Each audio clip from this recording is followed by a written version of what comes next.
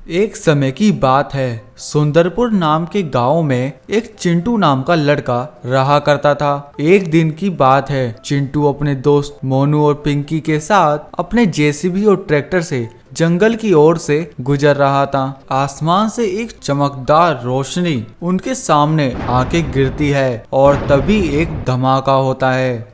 आसमान से गिरी उस चमकदार रोशनी को देखने के लिए वे तीनों अपने जेसीबी और ट्रैक्टर से उतरकर उसके पास जाने लगते हैं।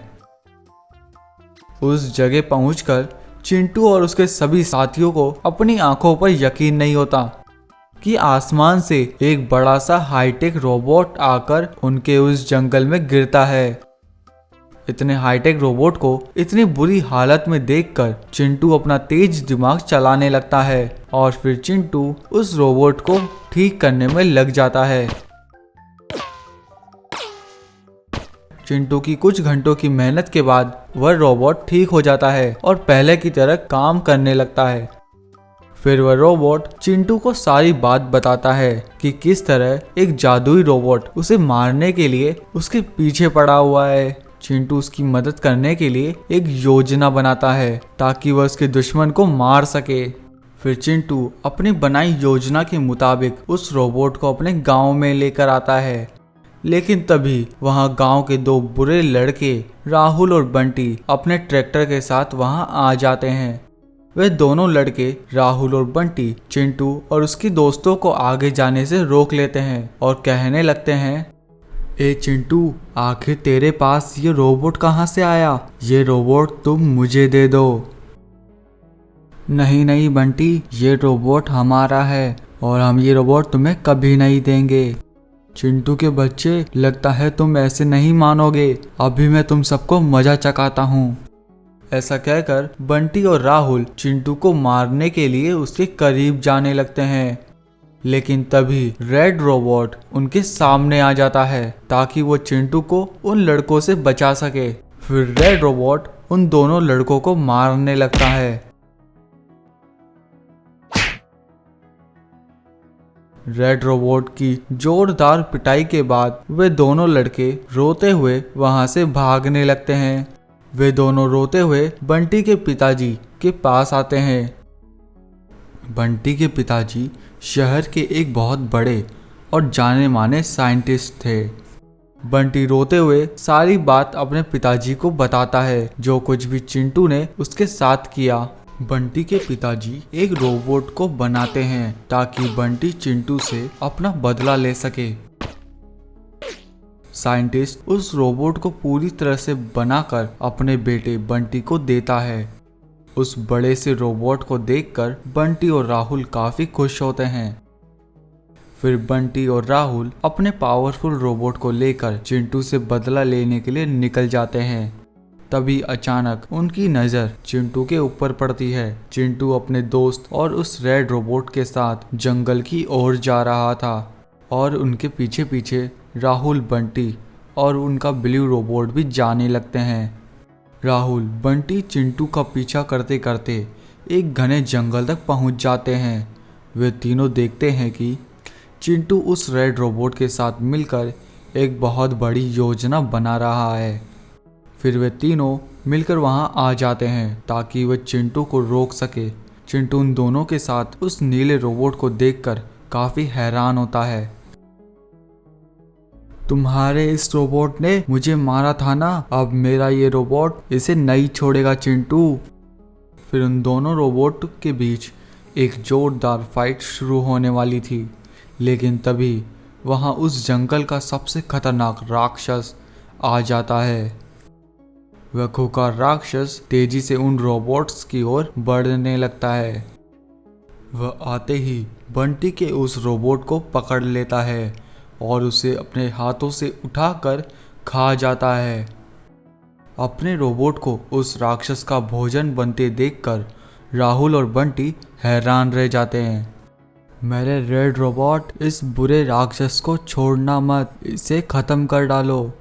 और फिर उन दोनों के बीच में फाइट शुरू हो जाती है।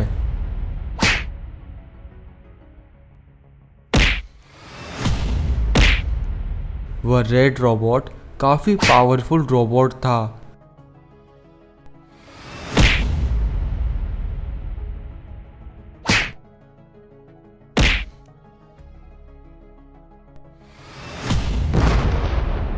और कुछ ही देर में रेड रोबोट उस बड़े राक्षस को मार गिराता है और ये लड़ाई आसानी से जीत जाता है। एक समय की बात है, रमेश नाम का एक व्यक्ति अपनी 2 गायों को लेकर गांव के पास के जंगल से गुजर रहा था। लेकिन रमेश को ये नहीं पता था कि उसके साथ कुछ ही पलों में क्या होने वाला है। कुछ ही देर में रमेश को किसी के भारी कदमों की आवाज सुनाई देती है। रमेश अपने सामने के नज़ारे को देखकर हैरान हो चुका था। उसे उस जगह उस जंगल का सबसे खतरनाक राक्षस दिखाई देता है। वह विशाल राक्षस एक एक करके रमेश की दोनों गायों को खा जाता है।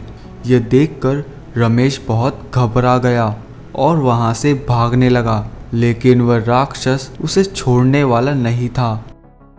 राक्षस अपने बड़े विशाल पैर से रमेश को कुचल डालता है और फिर वह विशाल राक्षस रमेश को खाकर अपनी भूख मिटा लेता है। वहीं पास के गांव में एक मोहन नाम का व्यक्ति रहा करता था। मोहन का एक बेटा था और उसका नाम था चिंटू। मोहन अपने खेतों में वाटरमेलन की फसल को उगाया करता था। हर वर्ष मोहन अपनी वाटरमेलन की फसल में मन लगाकर काम किया करता था, जिसका परिणाम उसे हर वर्ष मिलता था। उसकी वाटरमेलन की फसल काफ़ी अच्छी होती है। मोहन अपने सभी वाटरमेलन को ट्रैक्टर में रखकर उन्हें बेचने के लिए शहर की ओर निकल जाता है। मोहन उस खतरनाक जंगल से होते हुए शहर की ओर जा रहा था, लेकिन तभी मोहन बीच रास्ते में रुक जाता है। उसे उस जंगल में कुछ सूखी लकड़ियां दिखाई देती है। वह उन सूखी लकड़ियों को लेने के लिए उस घने जंगल के अंदर चला जाता है। कुछ समय बाद मोहन उन सूखी लकड़ियों को लेकर अपने ट्रैक्टर के पास पहुंचता है, लेकिन तभी वह कुछ ऐसा देख लेता है जिसे देखकर मोहन को अपनी आंखों के ऊपर यकीन नहीं होता। वह देखता है कि एक विशाल राक्षस उसके वाटरमेलन ट्रैक्टर के नजदीक बैठा हुआ है और एक एक करके उसके सभी वाटरमेलन को खाने लग रहा है। यह सब देखकर मोहन काफी ज्यादा डर जाता है और फिर वहां से दबे पांव चुपचाप भागने लगता है। लेकिन तभी बेचारा मोहन एक बड़े पत्थर से टकरा जाता है और जमीन पर गिर पड़ता है, जिस कारण उस राक्षस का ध्यान मोहन की ओर चला जाता है और फिर वह विशाल राक्षस हाथ धोकर मोहन के पीछे पड़ जाता है। तभी मोहन उस राक्षस से पीछा छुड़ाने के लिए एक लकड़ी को उस राक्षस की ओर पूरी ताकत से फेंकता है। वह लकड़ी सीधा उस राक्षस की आंख में जाकर लगती है, जिस कारण वह राक्षस कुछ देख नहीं पाता। कुछ देर बाद मोहन भागते हुए अपने घर पहुंचता है। उसे इतना थका हुआ देखकर चिंटू कहता है, अरे पिताजी, क्या हुआ? आप इतना घबराए हुए क्यों हो? अरे बेटा चिंटू, गांव के जंगल में एक बहुत बड़ा राक्षस घुस आया है और उसने हमारे सभी वाटरमेलन को नष्ट कर दिया। अब वो किसी भी समय यहाँ आ सकता है। अपने पिताजी की सारी बातें सुनकर चिंटू को अपने विनोद साइंटिस्ट अंकल का ख्याल आता है और फिर वह उन्हें सारी बात विस्तार में बताता है। चिंटू की बात सुनकर विनोद अपने एक जेसीबी को लेकर आता है और कहता है, चलो चिंटू, हम सब उस जंगल में चलते हैं। लेकिन साइंटिस्ट अंकल, अगर हम वहां गए तो वो राक्षस हमें मार देगा। उसकी चिंता तुम मत करो चिंटू, मेरे पास एक आइडिया है। चिंटू और मोहन विनोद की जेसीबी पर सवार होकर उस जंगल की ओर जाने लगते हैं। वे तीनों वहां पहुंचकर देखते हैं कि उस विशाल राक्षस ने जंगल के कई सारे मासूम जानवरों को मार दिया है। तभी अचानक वह विशाल राक्षस उनके सामने आ जाता है और उन तीनों को खाने के लिए आगे बढ़ने लगता है। तभी चिंटू, अरे नहीं साइंटिस्ट अंकल, जल्दी कुछ कीजिए वरना वो राक्षस हम सबको खा जाएगा। तभी विनोद साइंटिस्ट एक रिमोट कंट्रोल को बाहर निकालता है और उसके एक बटन को दबाता है। जिसकी मदद से विनोद का जेसीबी एक जेसीबी रोबोट के अंदर परिवर्तित हो जाता है। उस तेज और फुर्तीले जेसीबी रोबोट को देखकर उस विशाल राक्षस को काफी गुस्सा आता है और फिर उन दोनों में फाइट शुरू हो जाती है।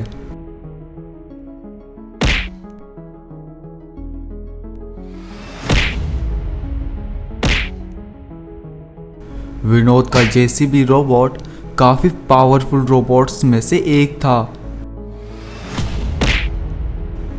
कुछ ही देर में जेसीबी रोबोट उस राक्षस पर अपना एक स्पेशल अटैक करता है और उस बुरे राक्षस का खेल खत्म कर देता है। और इसी के साथ साथ विनोद का जेसीबी रोबोट ये लड़ाई जीत जाता है। अगर आपको हमारी ये वीडियो पसंद आई तो इस वीडियो को लाइक करें और हमारे चैनल को सब्सक्राइब करें।